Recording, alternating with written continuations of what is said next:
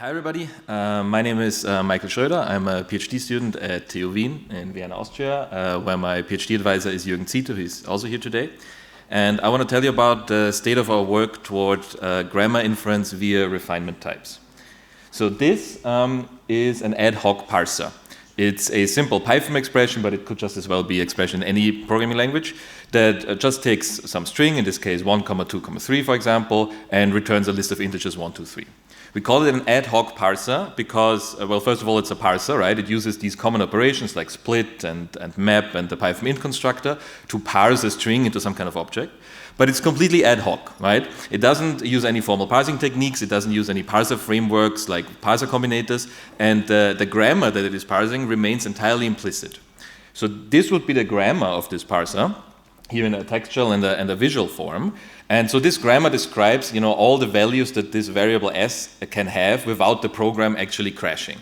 But of course, nobody would bother to write it down for such a simple expression. And we think there's an analogy here with types. A parser without an explicit grammar is kind of like a function without a type signature, right? You might be able to run it and it might work fine, but it also might not, but you will only know after you run it. Whereas if you had the type or if you had the grammar, you can reason about it beforehand. So with types, we of course have type inference, right? From the surrounding context, we can just determine what is the type of this variable, in this case like string, right? Well, what if we also had grammar inference? What if we could determine not just that this variable is a string, but that it's exactly this particular string described by this grammar? And that is exactly what we want to do. And so beyond just being able to type check a program more precisely, there's also a lot of really cool applications in software engineering that arise from being able to infer grammars automatically. I don't have time to really explain those. I gave a talk about this earlier this year at ICSI. I've linked it here on the slides, and I've linked also provide you the slides afterwards. Well, you can check it out if you're interested. It's some really cool applications that arise. So how do we actually get there? So our goal is automatic grammar inference, to get from some ad hoc parser source code to a grammar. So for the rest of the talk, I will guide you through doing this for this little example. It's a different example than the one previously. It's a more simpler program, just so that it all fits on the slides. It's just, again, a Python program, some function parser taking a string, and if the first character of the string is an A, then it asserts the length of the string is 1, so that it's exactly just the string A. Otherwise, the second character has to be a B without any constraints on the length. So that results in this grammar you see on the right. If you put any kind of string into this function that is not generated by this grammar, then the function will crash or the assertions will fail. So how do we infer this grammar? Well, the first step is we transform this parser into a kind of low-level parser intermediate representation that we call Panini. It's a simple lambda calculus in administrative normal form. It has a refinement type system in the style of liquid types. And the idea is we infer the most precise refinement type for the input string argument of this parser, and that hopefully gets us the grammar, right? So this actually is, this is a full Panini program. We can put this into a prototype system. And you notice up top there are these kind of function definitions for common string operations that are just assumed as axioms. We don't have any actual implementation for these. We just assume the types of these. So a Panini program is not meant to be actually evaluated. We only care about the types. So we only use it for type inference, right? Okay, so let's say we transformed our ad hoc parser into this Panini program, and then we run refinement type inference. There were a couple talks in this workshop about refinement types, so I don't want to go over the basics of this, but basically, you say it's not just, an integer, it's an integer that is greater than 5 or something. You refine your type a little bit. And so if we do refinement inference using, state-of-the-art refinement type systems, we get like a type like this for our parser that is some kind of variable kappa 0 over the string s. Well, these kappa variables, they arise during refinement type inference if the type system can't really figure out the exact refinement type at this point, right? So during normal refinement type inference, there will be multiple of these unknown refinements generated, and then you have to solve them somehow. So we use the fusion algorithm to solve most of these. That's also what powers liquid Haskell, as far as I'm aware. And these and other similar state-of-the-art refinement constraint solvers, they really work very well, and they can give you exact, very precise refinements, without over-approximation. But they can't do this necessarily for all of these refinement variables, and they can't do it for what we call grammar variables, which is just the constraint over an input string of a parser. At least they can't do it to the precision that we need to actually generate a usable grammar. So how then can we solve this kind of refinement hole, this grammar variable? So our approach to grammar solving is to base the solution for this refinement hole on what we call the grammar consequent, which is the kind of consequent of this implication where the grammar variable is the antecedent. You can think of this like this grammar variable is the input string argument, and the consequent is just basically the rest of the program, your parser, just in this kind of predicate logic form as inferred by the type system. So we start off with this consequent, presented here in a kind of a syntax tree form because it's easier to kind of visualize what happens. And then we minimize this syntax tree from the bottom up with tree rewriting. We just apply basic Boolean equivalences and other kind of patterns we detect to reach a disjunctive normal form. Why a disjunctive normal form? Well, because that kind of maps neatly to the alternate productions in a grammar, where you have like different kind of independent branches. And whenever we reach quantifiers, we eliminate the quantified variables by resolving the equations with these variables. I'll demonstrate it shortly. And behind the scenes, we represent all values abstractly, but precisely. So we don't do any over-approximations or anything because we really want to know, what exactly happens. We don't just care about like generalizations. We really want to know the precise grammar that is behind all of this. So let's just quickly, demonstrate this.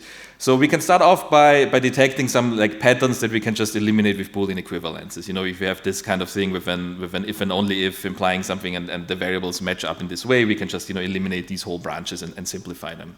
And the same thing we can do with implication. We can resolve it in the standard way, except we need a little bit more. So if you have an implication A to B, so A implies B, then obviously that's equivalent to not A or B, right?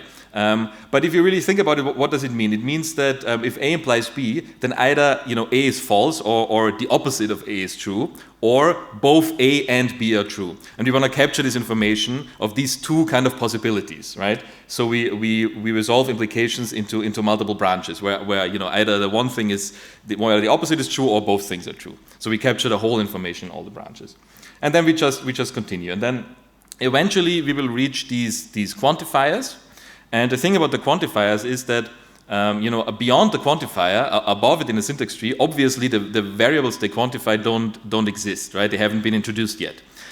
So at this point, we actually, beyond, underneath the quantifier, we have all instances of these variables, so we can just eliminate this variable. We don't need it beyond here. And also, below the quantifier, we just have disjunctive normal form. So we have individual branches that we can then independently, check and remove those quantifiers. So again, just to demonstrate, let's look at this branch on the left side here with the for all n.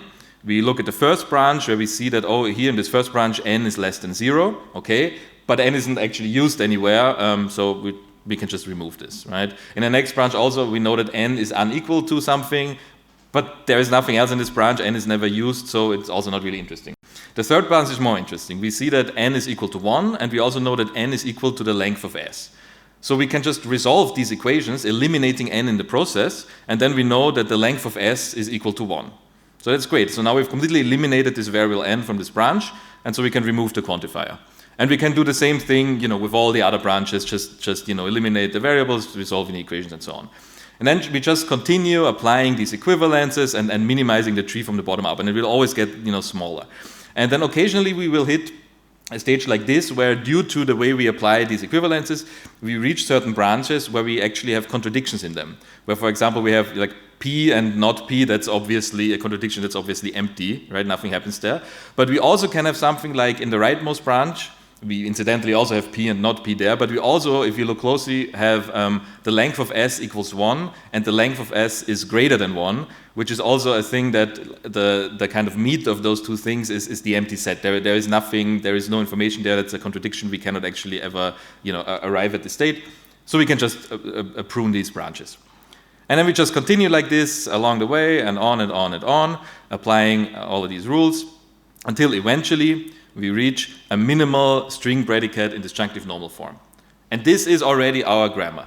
So we can like take this and turn it back into like a predicate and fill it into the refinement holes, and then can use this now complete verification condition to continue refinement type checking, to send it to an SMT solver that hopefully tells us, yes, this is satisfiable, or it might tell us, no, it's not satisfiable because there is some other type checking issue in the program, right? Because now that we filled this hole, we might be able to detect some type error someplace else.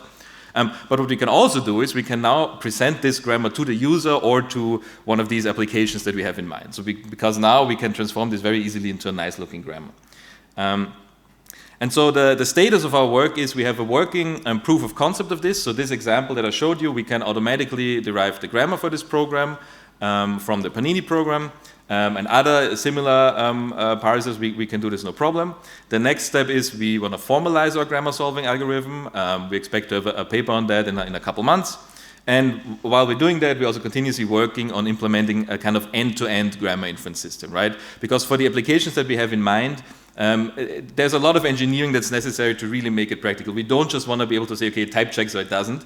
We also, for example, want to be able to, when we have a grammar, trace back individual production rules back to the original source code. So we want to preserve source location information from the original ad hoc parser source through all these transformations, which is non-trivial. It's a big engineering problem. And also, we need to build up a library of string operation specifications. We want to evaluate our whole system on a corpus of curated ad hoc parser samples. And so, by the way, if you in your work ever happen upon a little piece of code where I say, oh, that's actually a little kind of ad hoc parser, feel free to send it to us. We're always looking for things that occurred, in the real world with people writing little programs over strings. Once we're confident enough in this, we want to do a large-scale mining study of grammars that are out there in the wild in these ad hoc parsers, and we also want to build some of our applications as prototypes. And this is kind of only indirectly related, but just to show you kind of the scope of the work that we're planning. And we're also doing a user study on grammar comprehension right now, where we want to find out, is having these grammars, is that actually helpful for the programmer in writing better programs and finding bugs and so on. Like our hypothesis is that yes, obviously it is. And if you agree, or if you find any of this work interesting at all, please contact us, contact me, or contact Jurgen, and maybe let's collaborate. Thank you.